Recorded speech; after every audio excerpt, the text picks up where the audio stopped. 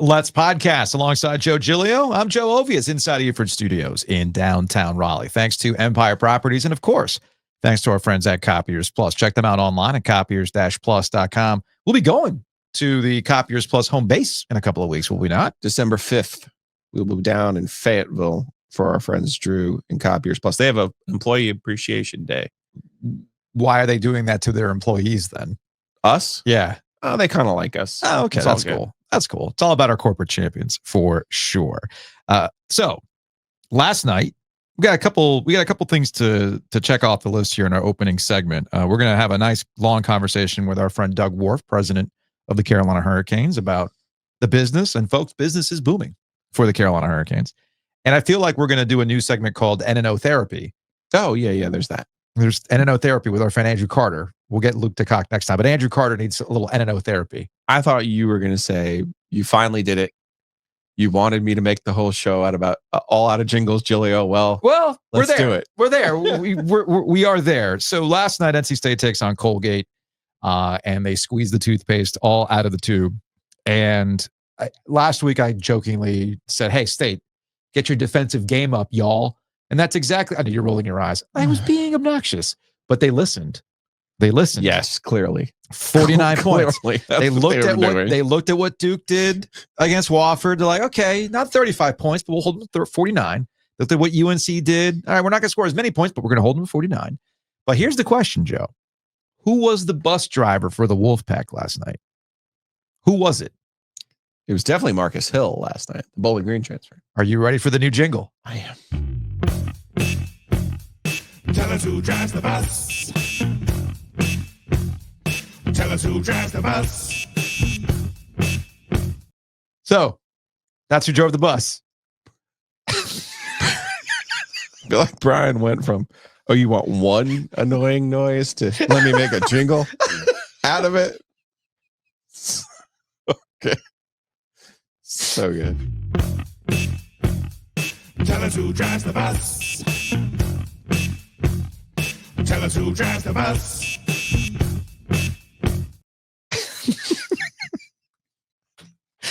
Anyway, on a serious note, is there a serious note? There is a serious note when it comes to Wolfpack basketball.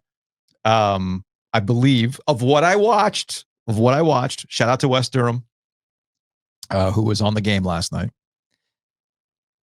I think Kevin Keats is doing a good job of getting the team to look at the schedule they got going on right now and saying, you know what, guys, you can work some stuff out. I think there's a lot of working things out going on with the Wolfpack. Of all the new pieces, obviously, guys in different roles, or continuing on for somebody like Mike O'Connell, right? Working on depth that I'm not quite sure how good NC State is, but I guess we're going to find out relatively soon as the schedule ramps up here over the next couple of weeks. Yeah, I mean, don't be disrespectful to Colgate. They've made the NCAA tournament 5 years in a row. So but they had two dudes last night that are good, but they barely played. So there's that. So yeah, but I'm saying this isn't even Coastal Carolina. I get it. You know, the other ones that they've played. So that was one of the better teams on their opponent. Look, it's not going to Kansas. It's not playing, Kentucky in the Champions Classic, but that was a good win for NC State last night. NC State got a lot of parts. Mm-hmm. They've got a lot of parts. And, what Kevin's job is trying to figure out how to make them fit best together. I do really like the airport. I think he can be a really good player for them. But then you have Ben Middlebrooks. It does seem like they do the same things. So I don't know they'll be able to play them at the same time, So one thing worked for State last year, and now Kevin needs to figure out how do you make another thing work this year because you have some different parts. But like you said, next week they're going to play Purdue. Yes, and anyone who is in Glendale is going to be mad because they're going to play well against Purdue because Zach Edey's not at Purdue anymore. Yeah, and you're going to get mad. You're like, why didn't you do this? Like, well, why didn't they have Zach Edey? No one got mad. No one got mad last year because it was like, man, this is total house money, right? The Final Four. Right. But like, State's going to show up next Wednesday, Thanksgiving Day, and they're going to play Purdue in San Diego, and you're going to be like, I think there's a basketball game on, and you're going to turn it on, and they're going to be ahead in the second half by a point or two, whatever, and you'd be like, well, no, wait a second. Isn't this the team that eliminated us? Yeah. From the NCAA? Well, wait a second. Yeah. You're going to be mad. Yeah. But yeah, it's key to remember. Zach Edey, no longer there of Purdue. And no DJ Burns either. But hopefully the big boy. Hopefully they're both watching. What a celebration. What could be more perfect than if we had only gotten a chance to see DJ Burns play on Thanksgiving. I know. Right? I know. Is there anything more appropriate than that? All of the visual jokes would have taken place for that. Unfortunately, we do not get that. No big deal, though.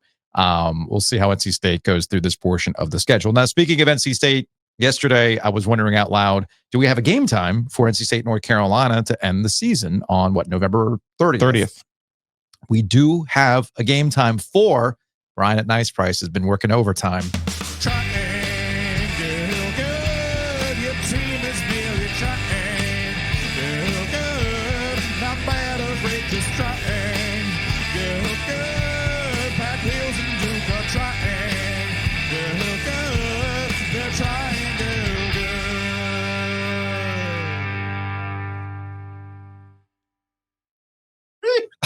What are you doing? What are you doing? So 3:30, I have to time my trip back from Ocean Pines, Maryland, visiting my in-laws. So I have to time it to be back here so we can make sure we get an after dark for the latest chapter, the latest battle in the war for Triangle Good between NC State and North Carolina. 3:30. It's perfect. It's a perfect time. An absolutely perfect time. You want to hear it one more time? Please.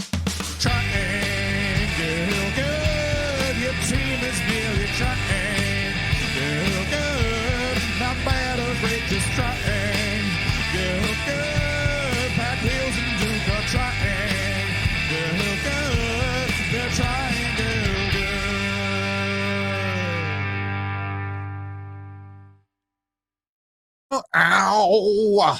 Yeah, you know so good. Yeah, that's right. Brian has been off the charts.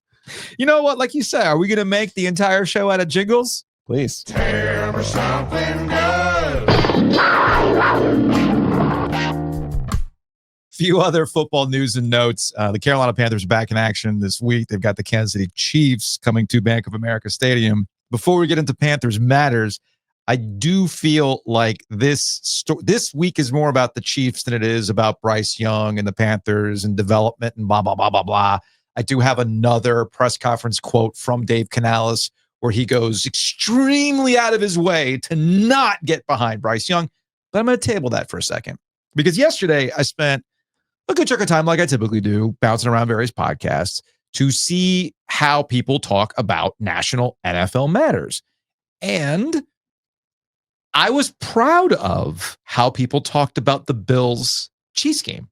Okay. I was proud because people pointed out, oh man, look at the Bills' regular season success against the Chiefs. Man, they got their number in the regular season. Josh Allen versus Patrick Mahomes, much like Lamar Jackson could be your regular season MVP. Great. We know that story.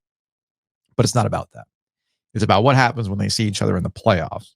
That's what matters. Remember, was it last year? Everybody was all in a tizzy because it's finally at Buffalo. You're finally in Buffalo. This is your chance. How'd that play out?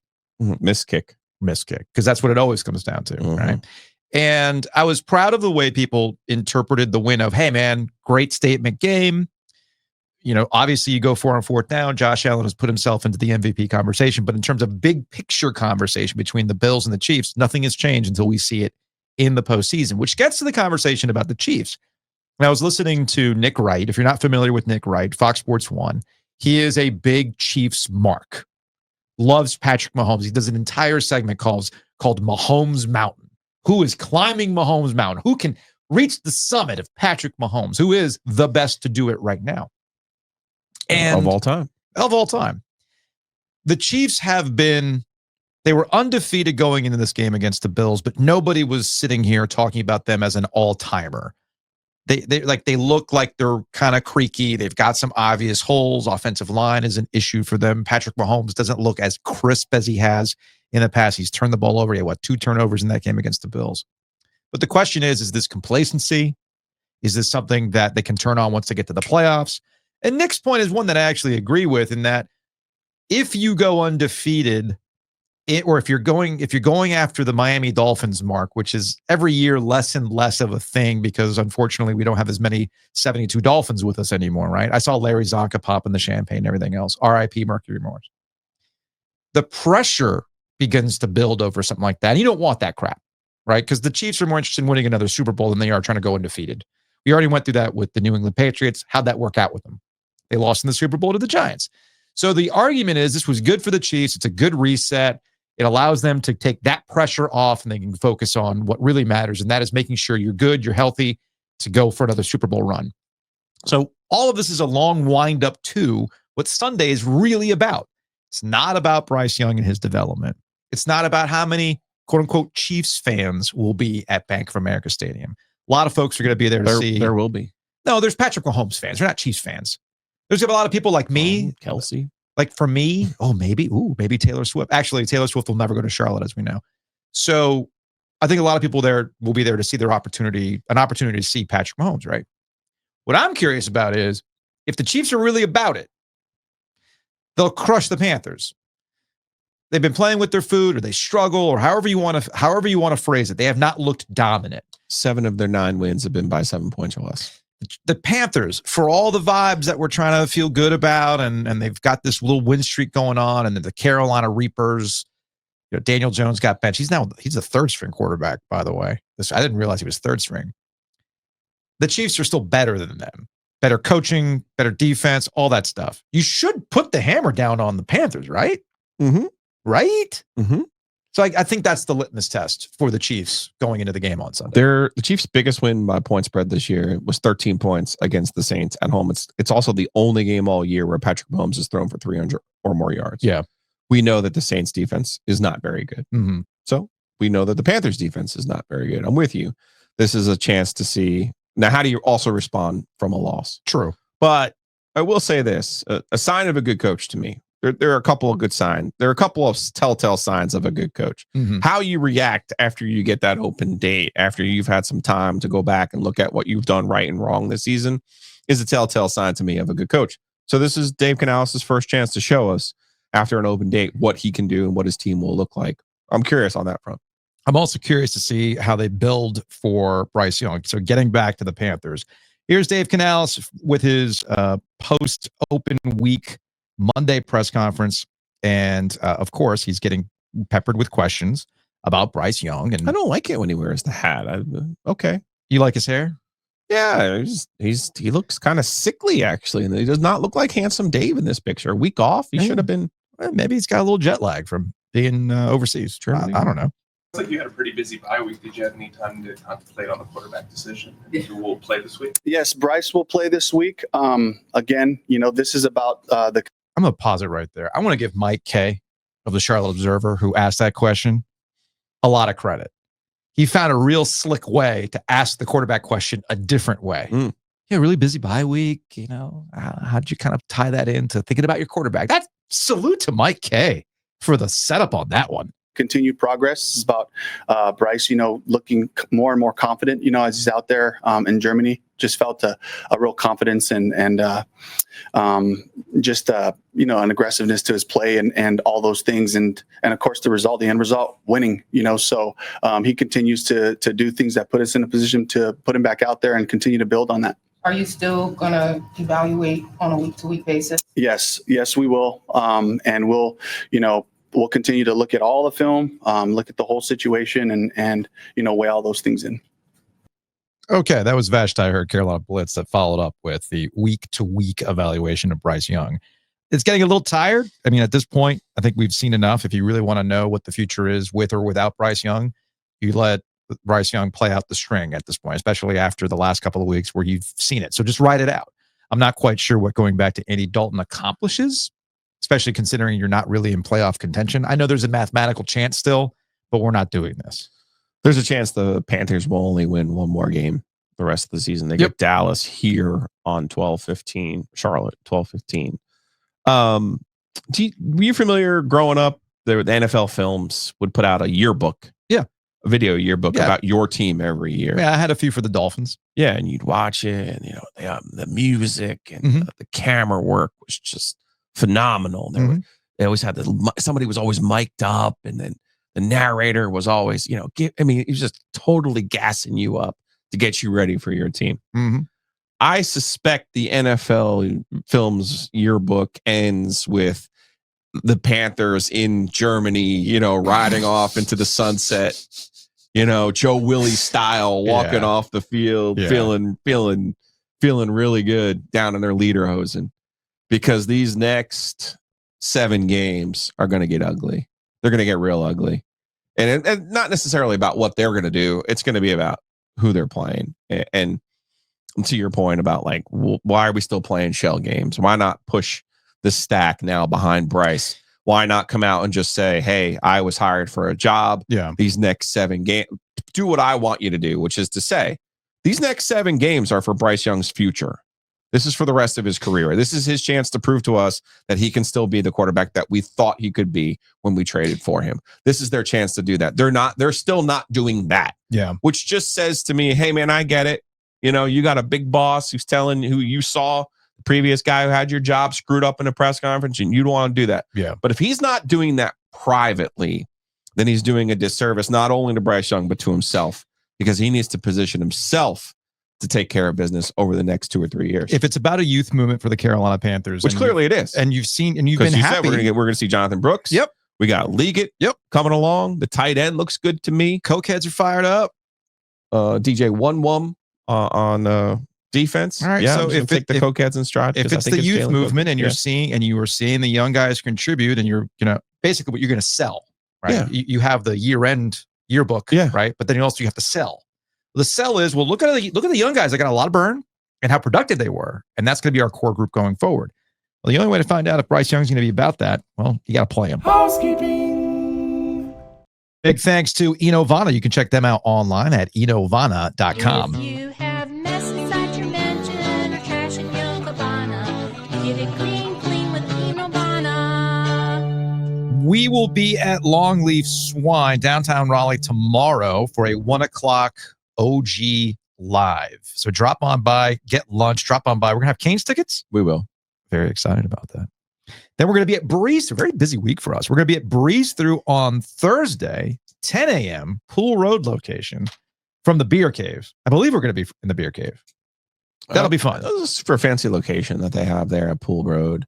I'm just going to tell you right now that the dark roast will be flowing. Oh, yes. Yes. And I don't know if I'm going to have a beer at 10 a.m., but you know what? I wouldn't put it past me. Well, if we're in the cave, you sort of kind of have to. But if we're not in the cave, well, then it's okay. Shout out to Steve, and he's now making this a thing. Pre-gaming with a beverage from Breeze Through with State and toothpaste on deck, listening to Ovies and Giglio. Let's freaking go, Pack. Look at that frosty Miller Lite, just chilling, ready to get into the arena. You can pre-game too by going over to that Breeze Through across from the arena. Big thanks to our friends at Nature's Relief, a corporate champion. Maybe you don't want to crack open a Crispy Boy. That's cool. That's true. Sometimes you just want to chill. Well, you can go to Nature's Relief and find that. You say, hey, look, I need to settle in for triangle good football. I got to make this entertaining for me. What you got? Like, oh, you need the 50 milligram for that. Whoa. So go to naturesreliefhempstore.com, RELEAF hempstore.com. And while you're watching some triangle good football, you know what you need to be doing? You need to be chilling in your Roback. Super, super comfortable. Go to roback.com, RHOBACK.com. OG20 is the promo code you can use at any time. But, Joe, they do have their Black Friday preview taking place right now. So take advantage of that. Yeah, save your promo code. Just go to roback.com, RHOBACK.com. I'll say this about Roback. It's super, super comfortable to go work out in. So if you happen to be hitting O2 fitness clubs, especially when you get done with Thanksgiving, you want to burn off all the sides and the turkey and everything else, O2fitnessclubs.com is the website. You should be wearing Roback while you do it. O2 Fitness, so much more than a gym. Other thing about O2 with Renew Physiotherapy, let's say you ate a lot of turkey, a lot of pie, and you conked out on the couch watching football. It's entirely possible. And you woke up with a weird, creaky neck. They'll work that out at Renew Physiotherapy. Even better, instead of watching Tommy DeVito against Cooper Rush, get yourself in good shape. Head over to O2 Fitness, because locations matter. Locations matter. Durham, Chapel Hill, Cary, Holly Springs, you name it, Briar Creek, and of course, our home base, the Seaboard Station. So check them out, O2 Fitness. And yeah, it's more than just a gym.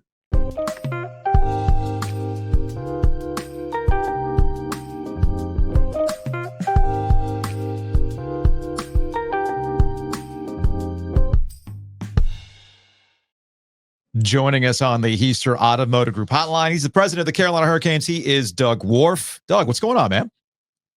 Another great day, Joe. Thanks for having me, guys. Appreciate it.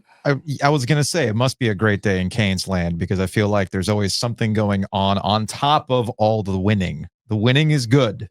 The business is booming. If I'm going to infer the wins to the crowds and everything else. Yeah, this is fun. The team is really good, and every night you go out, you feel like we should win, and there's a good chance we're going to win. The team's fast. It plays a fun brand of hockey, so everything smells better. The water tastes better. All that when you're winning is very, very true. But yeah, we've got some fun projects in addition to the winning, which is great. We're at what, 76 sellouts now?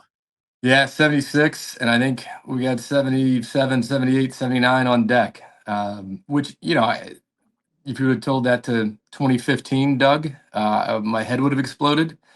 And then especially this year, I was kind of joking with Tom about it, like got the sellout streak going in the first handful of games. We had a Halloween game, which in the past would have been daunting. We had an election night game. We had a lot of weeknight games against mid opponents. And our team is so good. Our entertainment's so good. The fans are strong. Our season ticket member base has never been stronger. So it's fun right now. Real quick, whose idea was it to use the promo code DISTRACT on election night? It's a great team, Joe. It's a great team. I'll say a blind squirrel finds a nut every now and again, Joe. Inspired. That was an inspired promo code for election night, for sure. Well, a lot of us were feeling it, so it was a good distraction for sure. So for a long time followers of our programming here, Doug used to be a lowly intern at the Carolina Hurricanes, right? Went to school with you at NC State. Actually made something of himself. Yeah, that's what I'm saying. Like, look how handsome this guy is. Look at that jacket. Look at that office. Yeah. And then look at us. And you go, well, where did these two jabronis make? Hey, man, that KNC employee of the month from 95, though, that's keeping me warm at night, man. That's keeping me warm at night. Listen, I don't have a Roback sponsorship. I would love to be clad in Roback with a Roback sponsorship. Well, hold That's on. fair. We can make that work. I was going to say, since we did this, what size are you, Doug? Yeah, I think I'm a large in You're their one? stuff. No, I'm no, a No, large. not you. No, you're a medium. You're a medium for them. Yeah, You're a medium. You want a hoodie or you want a quarter zip? Oh, I would love a hoodie. Okay. No, I was actually legitimately going to ask a question though, but before the preamble there. What's different this time around than, all of the different stages that you've seen this franchise in now that you are sitting in that president's chair and now that you've had a couple of months, obviously the off season there's no off season for you, but just how has the rhythm been? How's it been getting back in the saddle and what is different for you? Well, I'm glad you like my office, Joe, because I have been living here. This is where I've been since July 8th is right in this area. I think the big difference, a lot of credit to Tom Dundon, there's an idea here that you never settle and we're never done and we're always getting better. It would be easy right now for all of us to sit here and say, hey, 76 straight sellouts, we're sitting on top of the mountain. But every game we're trying to find new ways to get better, to get more entertaining, to engage the fans. And I think he's instilled that the last 6 or 7 years, similar to Rod on the ice. And that's kind of a fun piece to come in and grab that baton and keep running with. I'm not saying that wasn't here when we were busting our ass to get people in the seats in 2013 and 14. It just feels different when you know that you're going to get them in, they're going to see a fun game, and it's going to be exciting. There's just a different vibe to that. So one of the things that you, I think, have brought over from your previous stint to where you are now is a little bit more community involvement, or at least being a little bit more forward facing when it comes to community involvement. And I know I was at the game on Saturday, and a big part of Saturday was having outgoing Governor Roy Cooper there as part of the Western North Carolina relief efforts. And you guys have done raffles and everything else, but there was also a big check that was cut to a hockey rink out in Asheville to help, keep that afloat too. If hockey's going to work in North Carolina, it needs the Carolina Hurricanes to get behind it and support it with these community actions like that. So, how did that kind of come about? Obviously Roy Cooper is very, very outward with his fandom of the Carolina Hurricanes. And, how did that night go overall? Yeah, it was fantastic. Governor Cooper, I think it was a Canes fan number one, is what he's been dubbed. It was fun. We had him Saturday. We had Governor elect Stein on Sunday. So there's slight passing of the baton Mhm. there as well. But yeah, Saturday night, we recognized another group. It's a group in Boone that we've donated to that handles kids' items, diapers, et cetera, things that they need that were wiped away. Last week, we did the hockey rink, which was $75,000. That's been an amazing story. We had Zeb Smathers in on Saturday as well. He's the mayor in Canton. And hearing their stories, that for Canton alone, this is the second flood in 3 years. Mhm. They also lost a factory that had 1,000 jobs in it. The resilience of those people when you talk to them and how excited they are. And I think what was cool for us, we had probably a dozen people in from Canton along with Mayor Smathers. They were so excited to have something to come cheer about, to yell about. And they knew the Canes, and they knew our lineup. They knew that we had been supporting Western North Carolina Relief. They knew we had their back. That's what makes it feel good. You guys know I'm a sap from that kind of stuff. This is what it's about for me. Wins and losses are great. Bringing the community together over something that we can all get behind and kind of agree on. That's the best thing about our team and our arena. Well, thank you for coming up with a name for Roy's future podcast on OG Media. He's ready. I think Wait. he's talking about season tickets. So I think come January he's looking for stuff to He do. won't need it. He'll have a OG Media pass. That's right. Canes fan number one. Canes fan number one. The way that you said that was like, Paul is a dead man. Miss him. Like what? Canes fan number one. That's just so cold. I love it. Put the foam finger. Yeah. Maybe we'll get It looks good that way too. Maybe we'll get somebody to sponsor it. Listen, I got to make sure Governor-elect Stein, also big Canes fan. Yeah. And I also love, we got Brian Fork and his political background. We're across the aisle. So that's the fun part about the Canes too. We're unifying people everywhere. Yes. Until you put Roy Williams on a jumbotron, and then all of a sudden the state fans come out of the woodwork. Well, Joe, we had to do a campaign back in the day that was It's Okay to Wear Red. I mean, we had a campaign at UNC called It's Okay to Wear Red. That was the thing. Yep. No, I remember all those types of things. Another event that you guys just announced that I was curious about was the PWHL. They're doing what's called a takeover tour. And I know pre-sale for this event is going to take place, Thursday, November 21st, but the event is on March 7th. For those who are unfamiliar with the PWHL and the efforts that I know the Canes have done in the past to incorporate women in the sport, like women love hockey, women play hockey, and that's going to put a highlight on that at Lenovo Center in March. Yeah, we're really excited about this, and we went after this fairly aggressively, knowing that they were going to have some takeover cities. So we were thrilled that they included us in it. This has been a focal point for the Canes, dating back to my first stint. But we really put the pedal down in 2019. Kudos to John Chase, Shane Willis, all the folks who were working on it then. Hired back then Alyssa Gagliardi to come in and focus on women's hockey and girls hockey. So since 2019, the Canes have been putting a lot behind this. Right now, Sarah Swingle oversees that. Alyssa got a great coaching job in the PWHL, so she left us for, she's with the Americs now, but was working with the PWHL. It's been fun. I was looking over some stats the other day just because we were getting ready to announce this. The Junior Canes girls program has put 43 college hockey players in the college system. It used to be, when I was here first stint, if there was a girl who was good at 14, 15, she had to go off to play in the Northeast in some prep school. Mm-hmm. You can play here now and be competitive. Last year, our 16U AAA team was in the USA Championship. So our girls program from my first stint here to now is somewhat night and day. We've got 150 plus girls in the Junior Canes program. We've got about 500 girls we've introduced since 2021 through the First Goal program. So the growth in women's hockey and girls hockey here is huge. And I think the growth in women's sports has been huge the last 4 or 5 years. So we want to keep shining that light on the opportunity.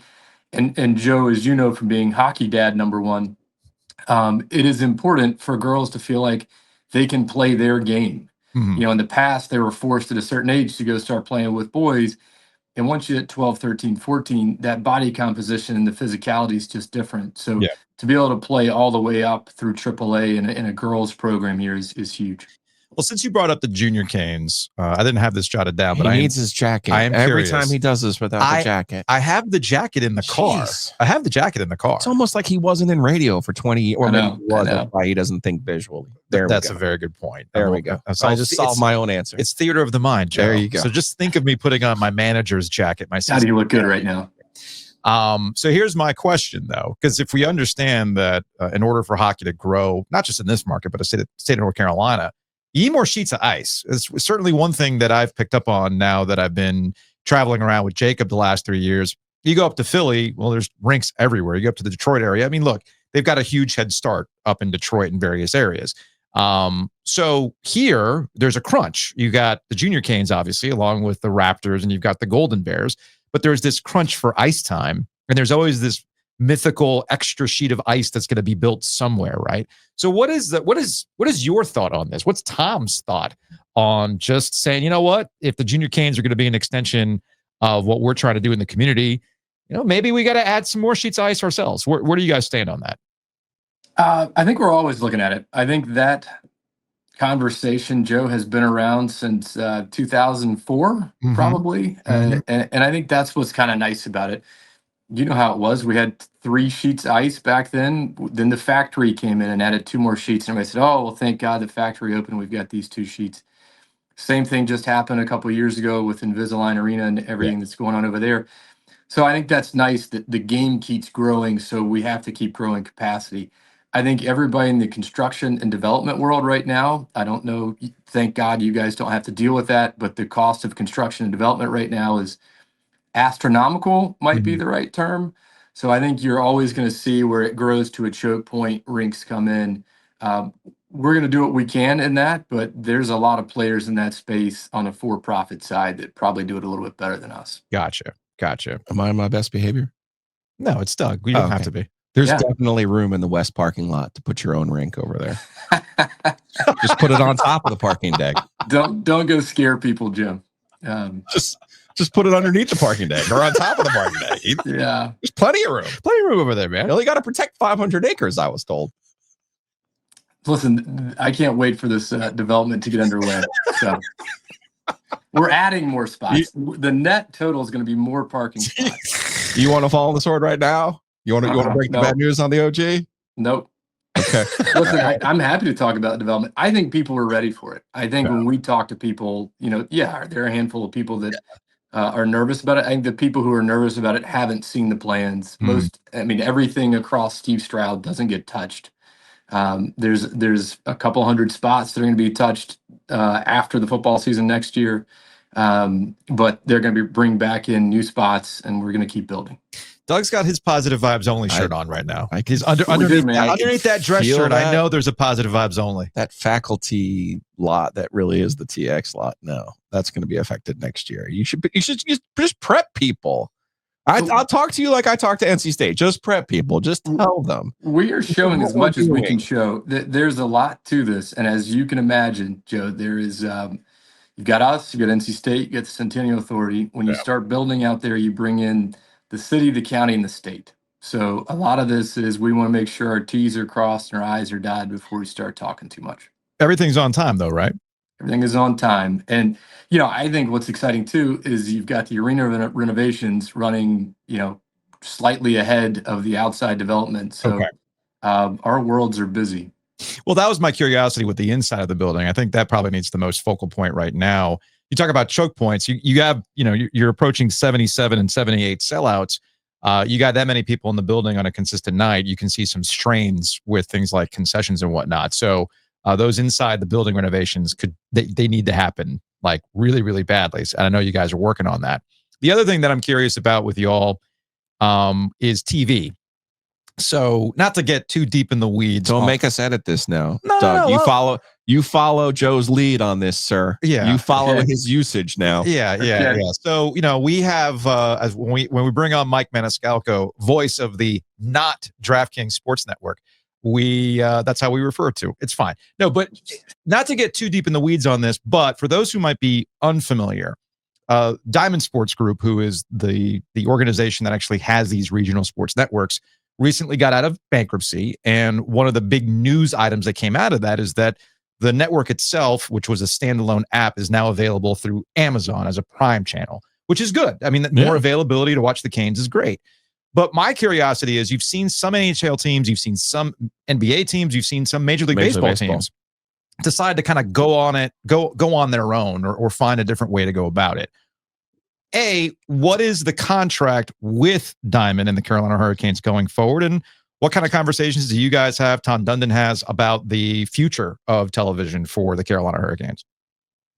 You know, it's funny. My first day, literally first day, July 8th, I did not get to my desk before our good friend Mike Sondheim stopped me and said, "Hey, I gotta read you in on where we are with our TV deal right now." Okay. Which was fun. It's a great way to start out. You know, I think we analyzed everything, as did a lot of teams. You know, we looked at 14, 15 different options of what we could do. I think there's a period right now where we're all trying to see where it's going to go. I think Diamond's done a really nice job of repositioning. They had some tough contracts. And when you go through bankruptcy, if you do it right, you can kind of get out of some of your tougher, bad contracts that might have been written at a time when cable was the dominant force. And you can get into some contracts that allow you the flexibility to play on both sides. I think that's part of their challenge right now, is they still have a lot of connections to the traditional cable world, and they're also trying to live in a digital streaming space. I think they're going to figure it out, but there are a lot of options out there, and I'm happy that some of the other teams get to be the pioneers and try those things first, because none of them were layups, and we looked at all of them, and Diamond was what we hoped would come out of bankruptcy and what I hope continues forward.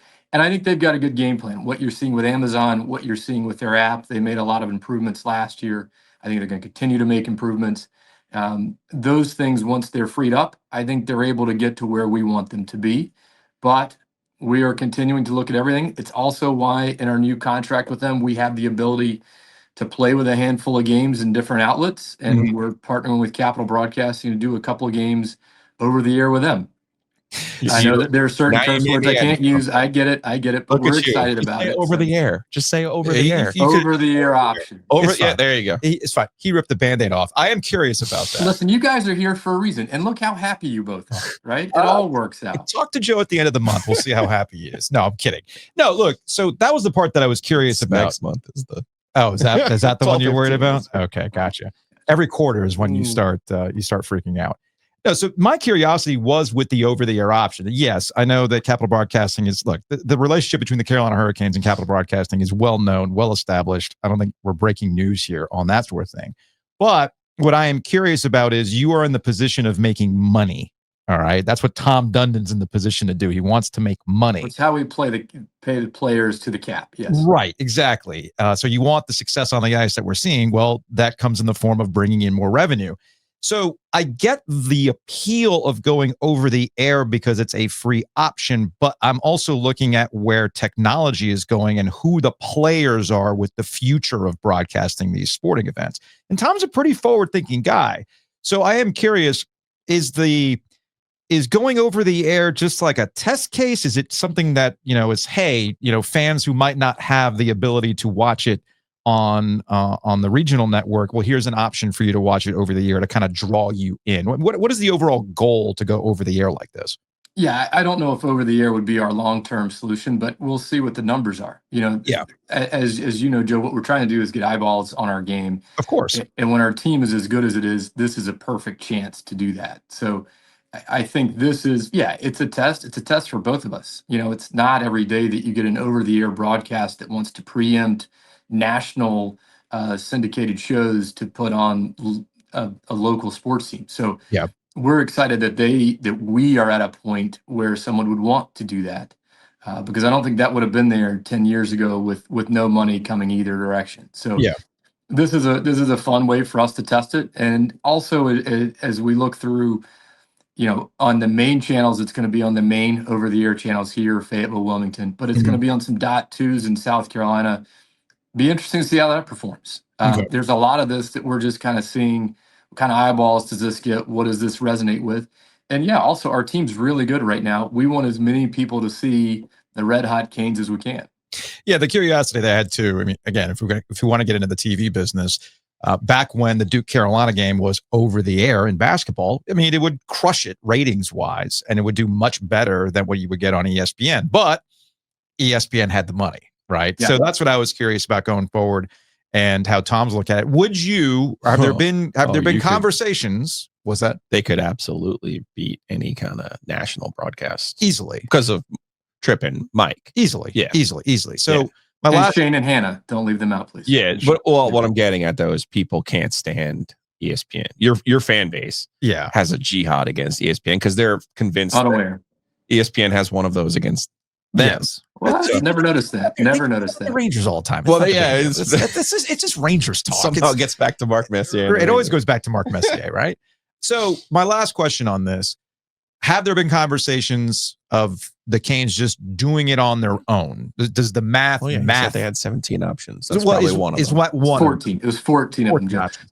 Yeah, one of I those mean, options sure. going You on got to your look own. at everything. And you got to look at every team out there right now is saying, what's a possibility? Mhm.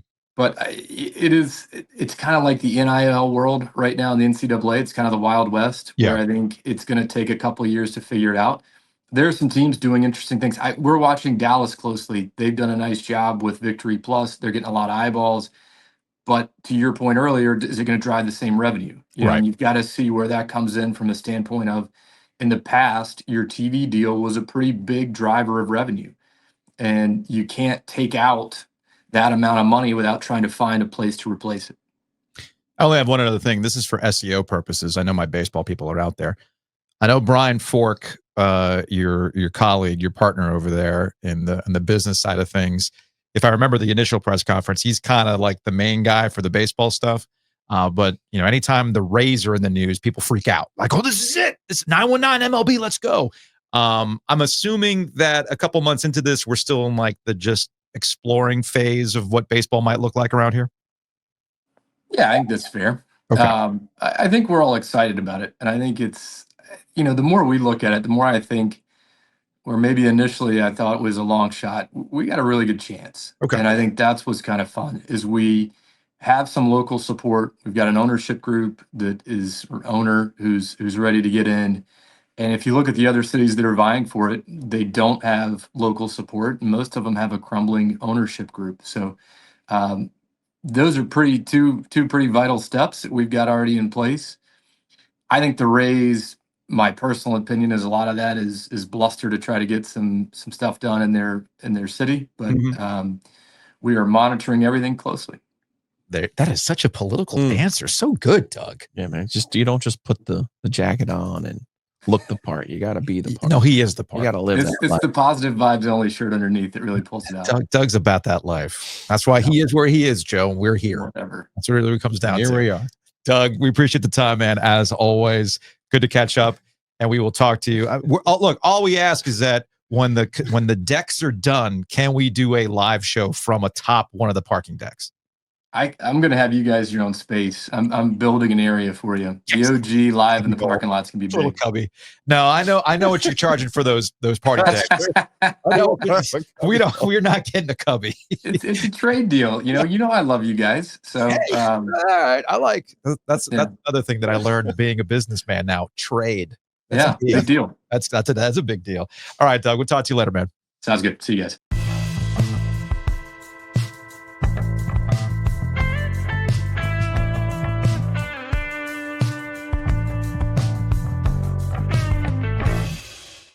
Big thanks to our friends at Happy and Hill. I went to Happy and Hill yesterday in North Hills to pick up some lunch. I got my Bueno Bowl with the spring mix. That's my new go-to.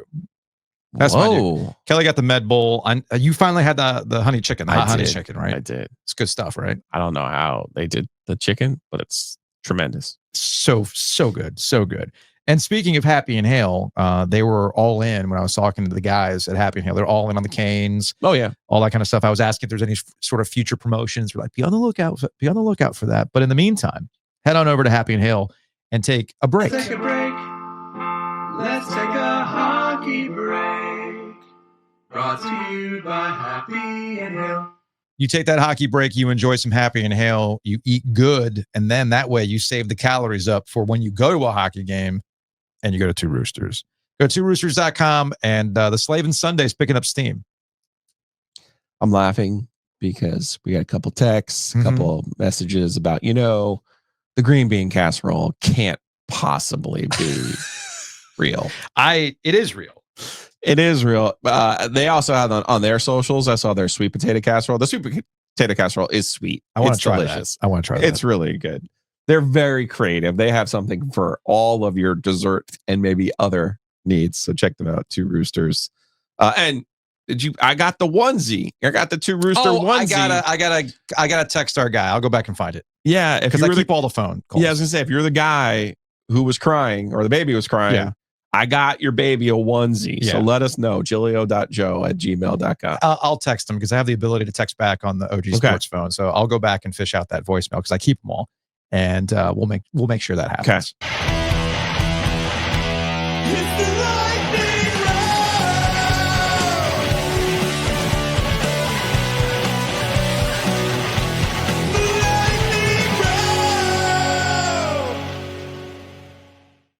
You gonna help me do it, or do I have to do it on my own? What's that? I finally want to do like the Freedom Rock Classic Gold commercial where we play all of our songs. We could do that. Wookin' Panub style. Do you want me to get Rand in the studio to like? We might need him to do that. We also need somebody who actually has video editing skills, an actual true passion for graphic design. Yes, not my bus driver graphic design. Yeah, an AI. Just call 919-444-2211, and you can have all of the OG's greatest hits, just like it's the lightning round. Speaking of greatest hits, Sam Jones has like the greatest hits when it comes to sides. Like, look, the barbecue is the main thing. You always got to keep the main thing. They got that on lock, but you need good sides to go with that barbecue. I have 3 that I prefer. I got mac and cheese. I got the beans, and they make their own potato chips. Yeah. Whew. It's hard for me to choose between those 3. I have a hard time. Are you the head coach of a football team where the mascot is an owl? If you are, please leave. Oh, no. They've all been fired. There are 4. This is insane. There are 4 FBS schools with owls as their mascot. Do you know the 4?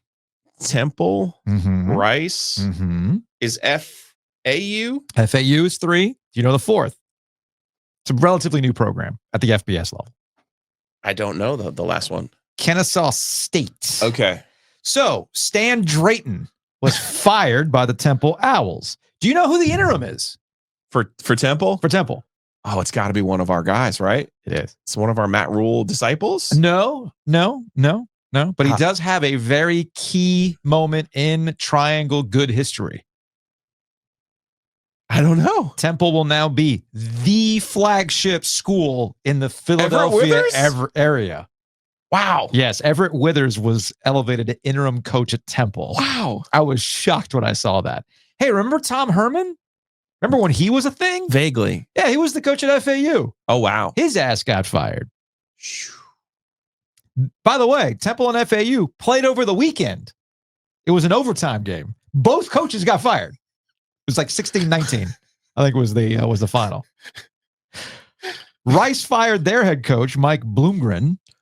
Okay, so somebody smarter than me explain to me why there's like this G5 gutting, but there's not money. A P4 gutting because of the buyouts. But why is it palatable so for here's them? why. So Chris Vanini pointed this out. Chris Vanini at the Athletic. Charlotte fired their coach too. We're going to get to that. So, and they're not an owl unless like the 49er has an owl as a pet. I really don't know. It could be like I don't know. It could be a Harry Potter situation. Maybe they were attacked by an owl. Perhaps. So I think it was Chris Vanini at the Athletic who pointed this out, that some of these G5 programs have very funky contracts where they'll reassign you at the school. So it's kind of like The Office. Or it's Office Space, where they put you in the basement with your stapler. Yeah. So essentially, I think what happened with one of these coaches, I want to say it was Tom Herman at FAU. They reassigned him to another position. He's like the golf instructor for gym and for PE, and that gets him out of a buyout situation. Like we didn't fire you. We didn't fire you. We reassigned you. Yeah, with a different pay grade. And if you don't want to do this job, well, that's up to you. That's on you. So that's something that apparently has happened at a couple of these G5 places to get out of the Tom Herman buyouts. was the hot shit. Oh, he there was for a minute, man. absolutely the hot shit. Right? He was Urban Meyer's offense coordinator for the national championship team. Yep. Went to Houston.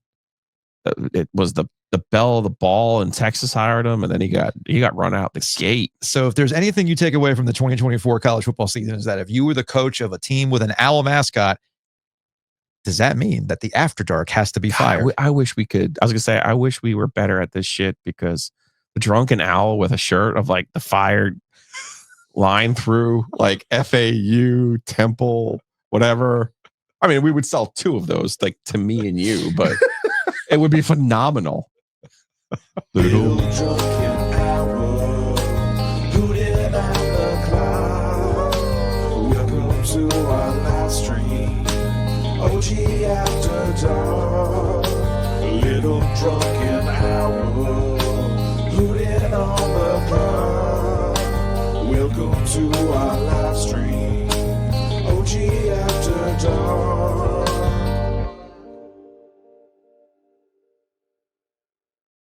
Really have made the entire show out of jingles today.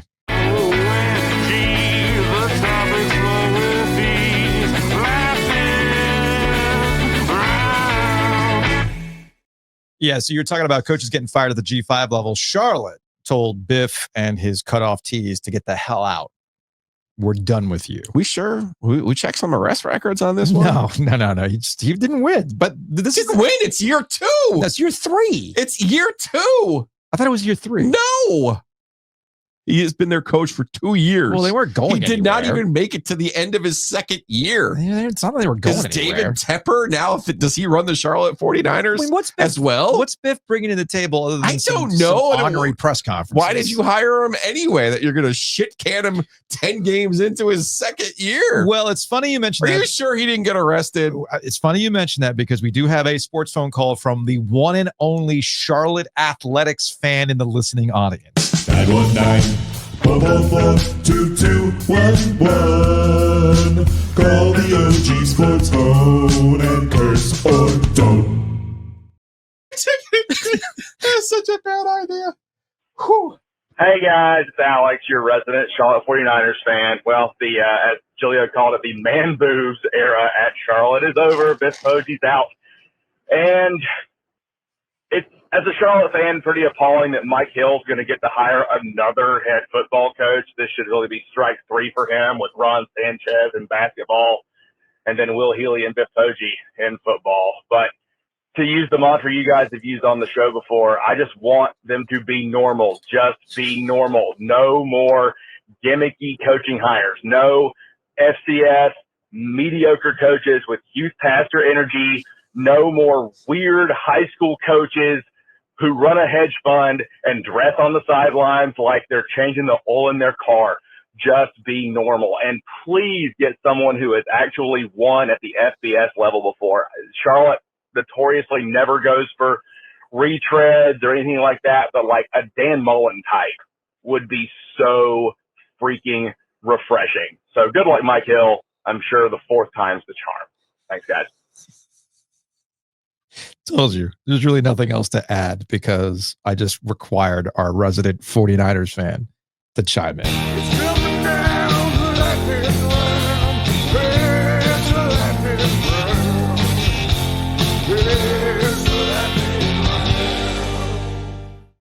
Speaking of coaches getting fired, the Dallas, maybe Jerry Jones needs to put an owl on the helmet of the Dallas Cowboys, and then he could be justified in firing Mike McCarthy. Yet another terrible showing for the Dallas Cowboys at home against the Houston Texans.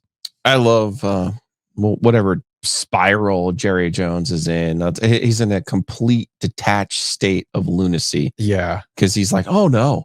Oh, Mike McCarthy. No, he hasn't lost the team. No, that's not what's happened. No, absolutely not. I mean, this is the same man. And he's also said either last week or the week before, he's like, these people who think they know more about football than I do. No, they don't. And all I could think about was Eric Tulsky was literally blogging about hockey before the Hurricanes had hired him. Now look at him. Like, yeah, sometimes there are people out there who know more than you do. Yeah, it's okay. Mm-hmm. It's okay, man. It's funny. Jerry Jones was the same person, last week after the Sun conversation where he got so ornery about it. He's like, well, I guess we just got to tear the whole building down, right? I mean, that's what he said. Or no, just, use the shade that you use for you other could do events. that. But when he said, well, I guess we'll just tear the whole building down, before the game, there was a piece of metal that fell from the roof when they were trying to open it up. Yeah. So maybe, Jerry, you do need to tear it down. It's not in great shape, dude. Come on now. I didn't realize they rarely open up that roof. I was going to say, I didn't even know the roof opened. They have it. I forgot. They don't have a good record with the roof open either. That building's been open since 2009? And they've only opened it a single digit amount of times, I'm pretty sure. So anyway, one other football item. I think we all recognize that the Detroit Lions are the best. We can talk about the Chiefs all day, but the Detroit Lions are easily the best team in the NFL. They're clearly having the most fun right now in the NFL. Well, no, yes, they are. This clip is a little bit older than that. This is older than that, but this was produced a couple days ago, and somebody pointed out this is the moment a squad became a team. As I put up the volume. She was more like a beauty queen in the movie scene. I said, don't mind what you do to me. I know. On the floor,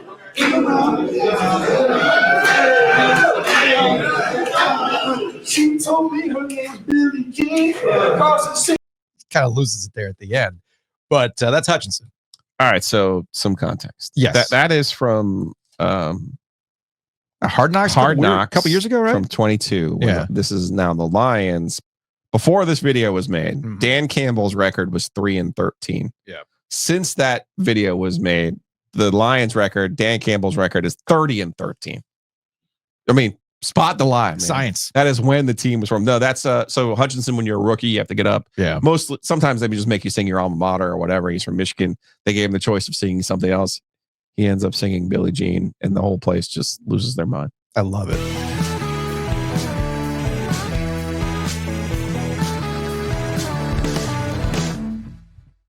You know what I love? I love a home field hoodie. I was actually rocking the home field hoodies this past weekend. Incredibly comfortable. They'll be getting some workouts next week when up in Maryland. Right now, they've got their last chance for the mystery boxes. Ooh.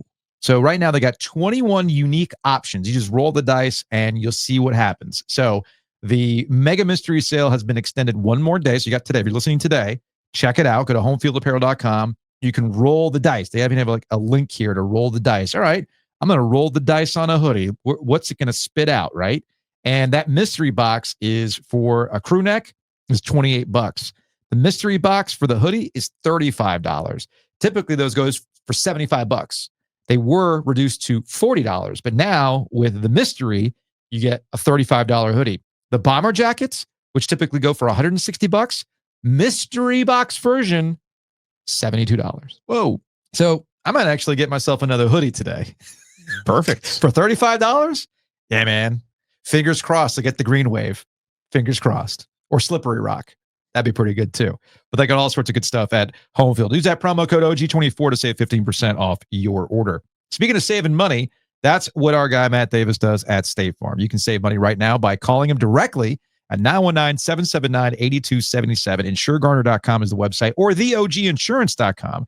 Matt Davis, provider of Triangle, Sports History, tchotchkes, and the occasional Canes tickets. Call him today at 919-779-8277.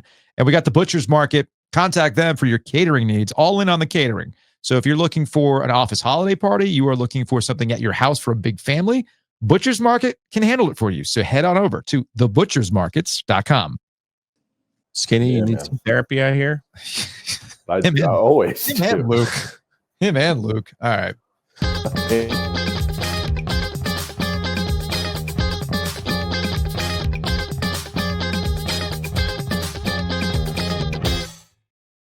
Joining us on the Heister Automotive Group hotline, which, by the way, you can sell your car to Heister. So go check them out. Heister Automotive Group is Andrew Carter of the News and Observer.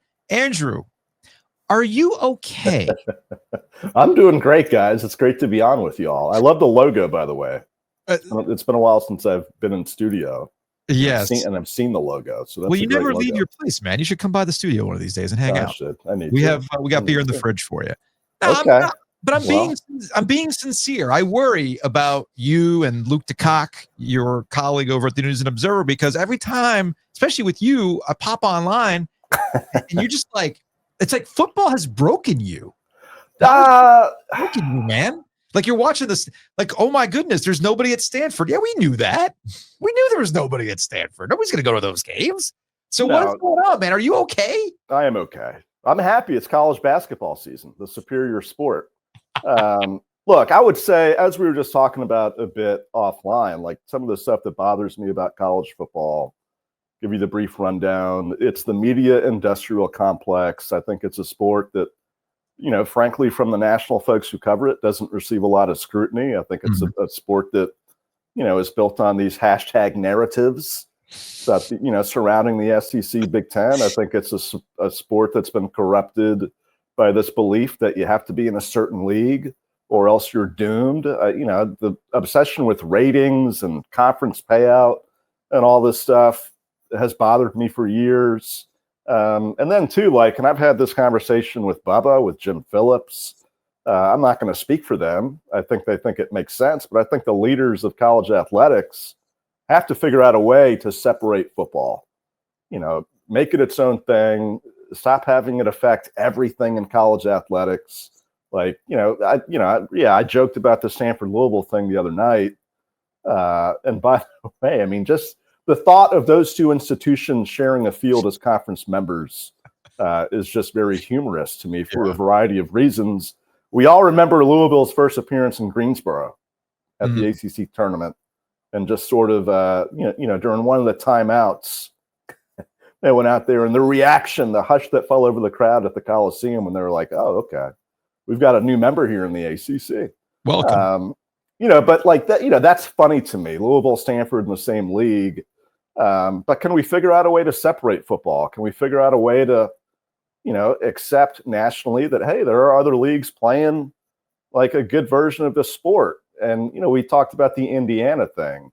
And Indiana has kind of become this beacon of hope this year for like the downtrodden programs around the country. And I would say if you're in the ACC, you can more easily replicate what Indiana is doing than if you were in the SEC or the Big Ten. I would say if you're in the ACC, you have an easier path for national relevancy, arguably. I don't think you have to burn down one league, try to rush to another, and be maybe at best, mediocre. And there's one school I think around here in particular whose fans are like all about trying to get out of the ACC. And to wrap this up, because I know I'm rambling, I would say one thing, probably the crux of it to me is like, all this talk about those two leagues. I look at what we have in North Carolina with the Big Four.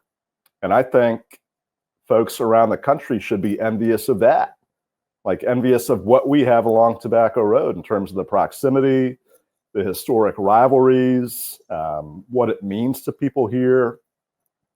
So I think it's silly to, want to, again, burn that down in pursuit of allegedly greener pastures, whatever, when really folks around the country should be looking at what we have in North Carolina in an envious way and being like, how do we replicate that?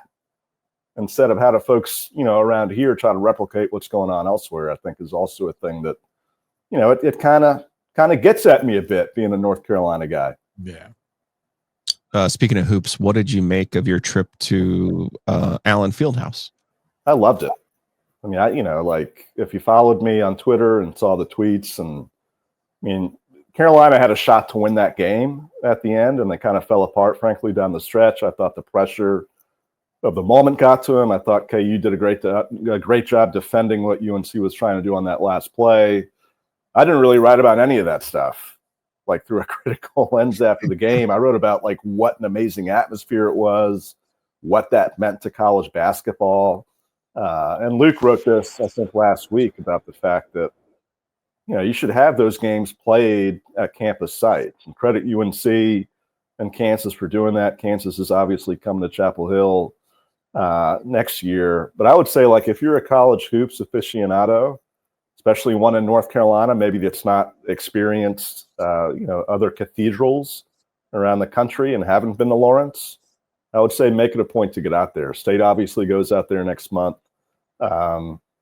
But it exceeded my already lofty expectations. Like, you read about what that place is about, and I think all of us around here who have been to games at Cameron, especially Duke Carolina games, whatever, you think, oh, well, nothing can compete with the Duke Carolina game. Yeah. Cameron.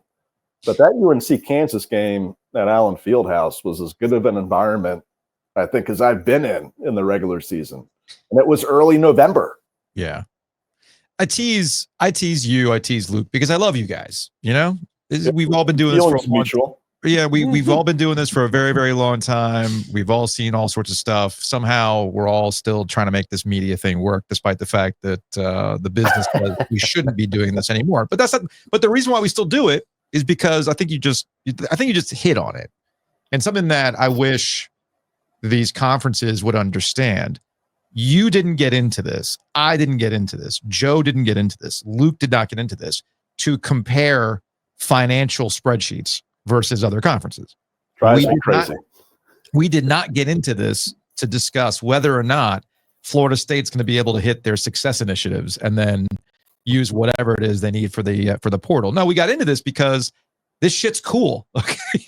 Going to Fog to see a basketball game is cool. I will always take an opportunity to go to a Final Four and walk around the building because it's cool. And I think that's probably where things have gotten to the point where, honestly, it's why the State Carolina game, for all the things in football in a couple of weeks, for all the things that people can complain about, at the end of the day, State Carolina is going to make you feel something one way or the other. Okay. And everybody's caught up. Well, the NC State's got to get out of the ACC, and you can go whatever conference you want, but there's only one thing that's going to make you feel something. And that's what's going to happen locally between State and Carolina, or how you and I get into arguments with Carolina fans or State fans about, you should go up to the mountain and play app. Why? What's it do for us? It clearly makes you feel something. All right. I can't say the same for freaking SMU coming to town. I'm sorry, but SMU, Miami, and Charlotte ain't making go, oh, damn. I got to be there. I put our credential request in. You mean you don't want to? I ain't going. You guys have fun with that. Yeah, you go, Joe. I'm going to be in Charleston for you. So, but if it was like something old school ACC or the things that we're accustomed to that make you feel something, then maybe I would go.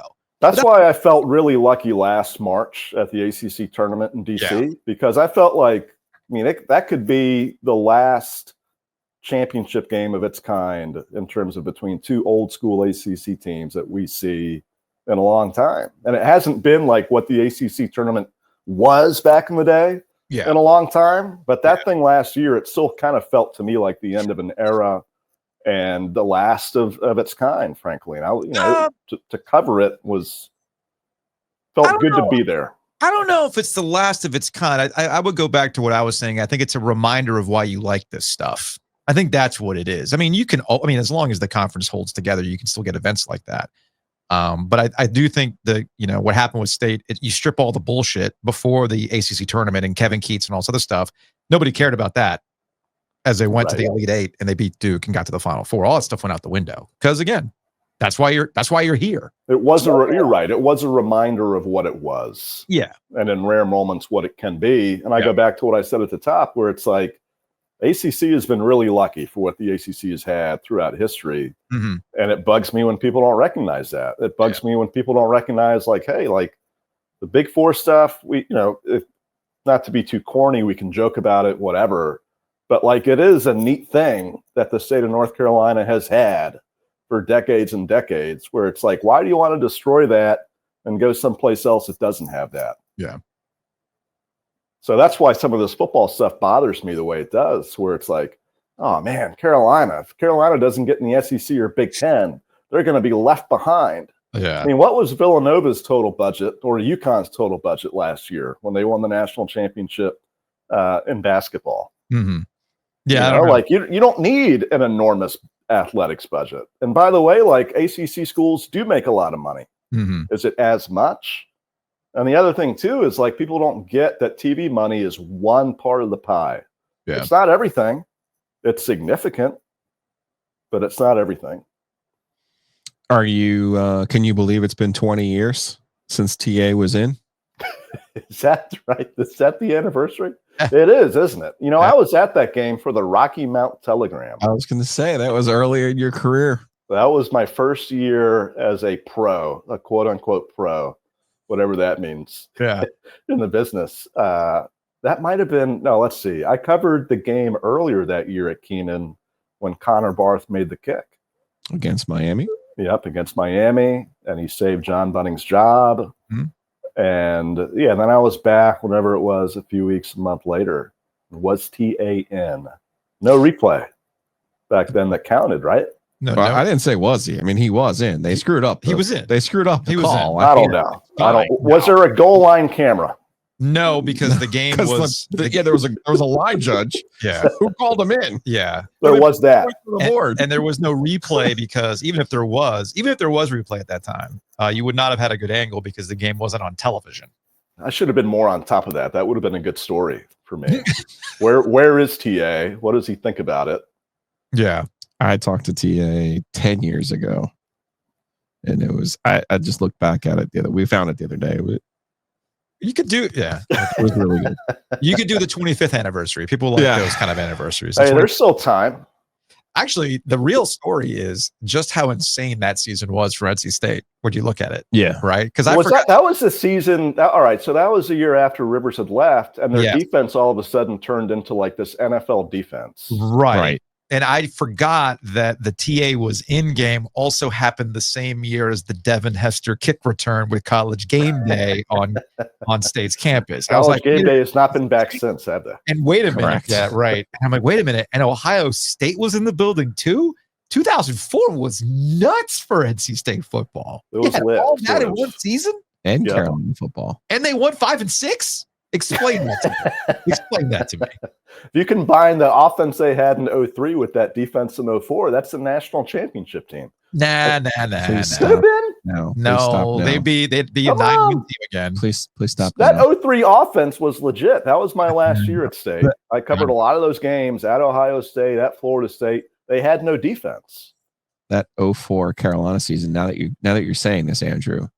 So they beat State on the TA game. Then the next week they go to Utah and lose to Urban Meyer. Oh, geez. 46-16. Jeez. Then they get a week off. They come back the day before Halloween and they beat Miami on the Connor Barth kick. Okay, so it was before. Okay. And you know how that season ends with the prelude of playing Tom O'Brien in Boston College in Charlotte. And Tom begins his streak of wins. Those were the good old days. So that would have been the first year. I think the ACC had 11 teams that year because it was a year before. Yeah. Who was the last one to join? Miami? Boston College was the last of that first wave. Yeah. So that was the odd year where they had 11 teams. Okay. Correct. I mean, there's all sorts of Tom O'Brien preludes too, because never forget that Daniel Evans, the Daniel Evans game was against Tom O'Brien, a Tom O'Brien Boston College team at Carter Finley Stadium. Correct. Which is why he looked around and go, "Oh, this place is pretty good." And that was a game too where Chuck said, "What critics?" Right after the game. What critics? They asked him on ESPN about the criticism he had gotten, and he goes, "What critics?" And he literally never won another game. And it was like the critics who are going to be howling when you don't win another game.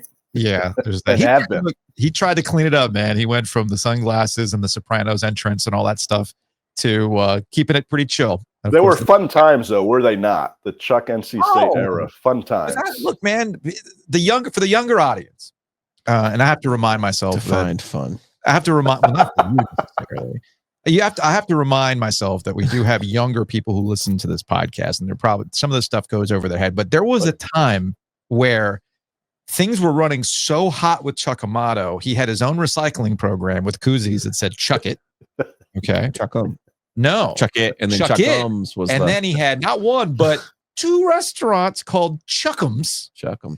And it's the Mellow Mushroom space off of High House and Cary Parkway was a Chuck'ems before that. So there you go.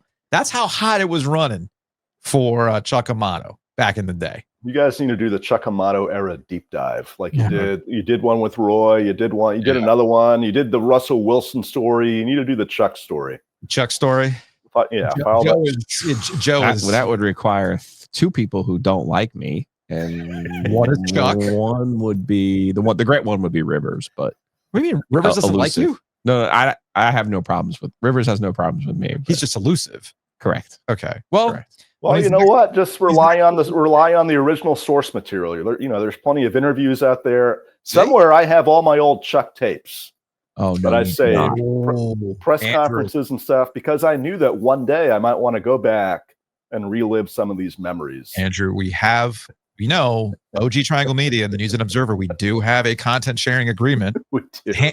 It's a handshake agreement, but it's an agreement.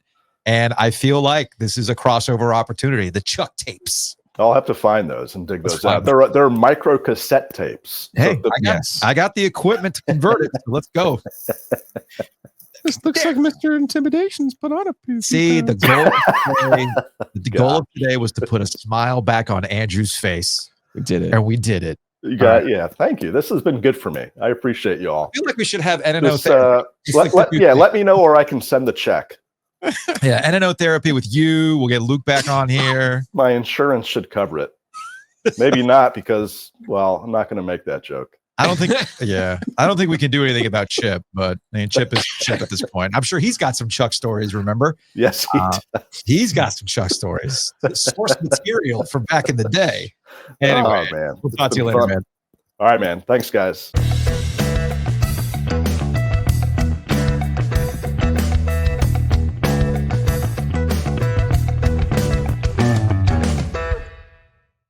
Big thanks to Hometown Realty. Check them out online at myhtr.com. Buy and sell with confidence. Those guaranteed offers, they sound interesting. They sound intriguing until you realize, you know what? I'm just leaving money on the table. If that's the case, get the full value of your home by going to myhtr.com. You bought something, you sold something, you got to take it to closing. Whitaker and Hamer can handle that for you, along with a bunch of other legal needs. Attorneys and counselors at law. Check them out online at wh.lawyer. And of course, our friends at Mosquito Authority, Pest Authority.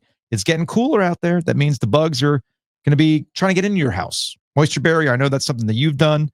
I've seen a couple of critters try to get into the house. Handle it with our friends at Mosquito Authority and Pest Authority. Maybe even start thinking about next year.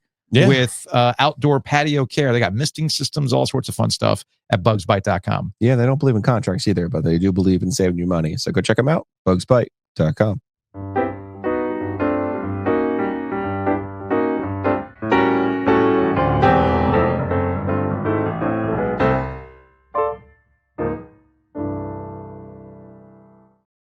All right, let's get out of here on some Hey Joe. Let's go to the YouTube comment section from yesterday from Mr. Abzu. The only thing that is likely to get two ACC teams into the playoffs would be to expand the field to 16.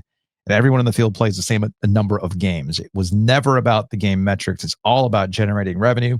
And the ACC is seen as a more regional draw. Everyone in the top 20 should play well enough to make most games competitive. Agree. It is a television product. From John, UNC... Well, why do you agree with what? No, I know. Yeah. Equity. At this point, we need some equity. There's only one way to figure out who's overrated, who's underrated, all that kind of stuff. I'm actually for automatic qualifiers. You just have to make it equitable across college football. Yeah, but the mistake this person's making is if the ACC's brands were to perform to their level, Miami, Clemson, Florida State, Virginia Tech, those are more appealing than Indy fucking Anna. Okay. Come on. Isn't that the heart of the problem? Miami continues to underperform. Well, I mean, Miami's likely going to win the league this year and be in the playoffs. So we'll see what they do. From John, UNC, ECU, Myrtle Beach Bowl. Let's make it happen. I don't think the ACC has a tie in there. Annapolis would be cool. I could see myself going to that game, actually. I like Annapolis. Go up to the boatyard, get some real crab cakes. From Blind Lemon Jello, we sold our soul for a tire bowl previously, and we'll do it again. Damn it! Yeah, that's a good point. True. Did you see the new Pop-Tarts? You get to choose your Pop-Tart at the end, including a mystery Pop-Tart. Whoa. It's a throwback Pop-Tart. I'm excited about that. From the NC State moderator, to provide some additional context as to why informed millennials won't give the Paul brothers any respect no matter what, Logan found the body of a man who had committed suicide, and Paul brothers used it to gain clout for their channels. These guys have zero shame when it comes to growing their platform, and it's gross. Yes, that's a very old thing that had happened with the Paul brothers. They had gone to Japan, and they got a lot of flack for that. But obviously, for those who think cancel culture is real, I present to you the Paul brothers, who just got 75,000 people to show up to AT&T. Connor, we appreciate you with the hashtag Fire Dave and hashtag Cooper Flag. Cooper It is Flag, all about. It is all about the SEO, baby. I wrote about Cooper Flag today for Awesome. OG fans. From Nature Boy, could this be Joe Ovies? He tagged you, Joe. It was an old Stephen A. Smith tweet about send me some questions, good ones, please. And Greg asked this question. If you're at a friend's house and you clog the toilet and there's no plunger, what do you do? Please, Stephen, answer soon. I'm stuck in here. Have you ever clogged the toilet at a friend's place? Friend's house. Hotel. Doesn't count. Okay. Doesn't count. I once broke the toilet seat at my in-laws, at my brother-in-law's. Yeah. I cracked the seat. True story. And my brother-in-law is so freaking cheap. True story. True story time. Tape it.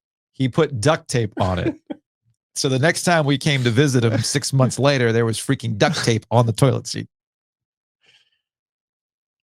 True story. True story.